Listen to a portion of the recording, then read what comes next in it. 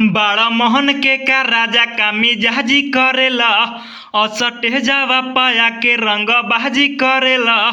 धनी लोग के धन हो उधार देवेनी, ढेर लोग के बिगड़ल सुधार देवेनी। जिला के रंगदार के भाड़ा पहथियार देवेनी, जिला के रंगदार के भाड़ा पहथियार देवेनी। तो हेलो दोस्तों, आपका स्वागत है हमारे YouTube channel writer Mahesh Prajapati में।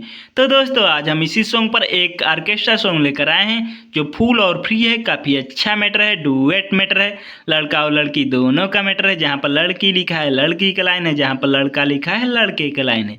तो चलिए स्टार्ट करते हैं बिना समय गवाए मुखड़े के साथ।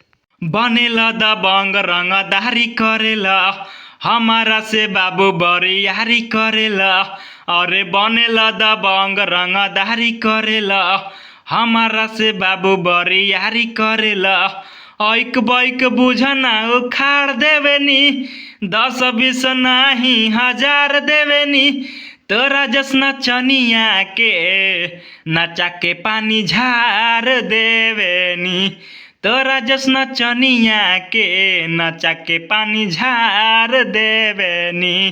दोस्तों, सेकेंड और लास्ट अंतरे के लिए हमसे संपर्क करें। हमारा नंबर चैनल के डिस्क्रिप्शन बॉक्स में दिया हुआ है। तो दोस्तों, इसी तरह का फुल और फ्री सॉन्ग पाने के लिए हमारे चैनल को सब्सक्राइब करें और वीडियो को लाइक करें, शेयर करें और कमेंट करें। तो चलिए मिलते हैं किसी नेक्स्ट वीडियो में किसी नए ट्रैक के साथ। तब तक के लिए बाय।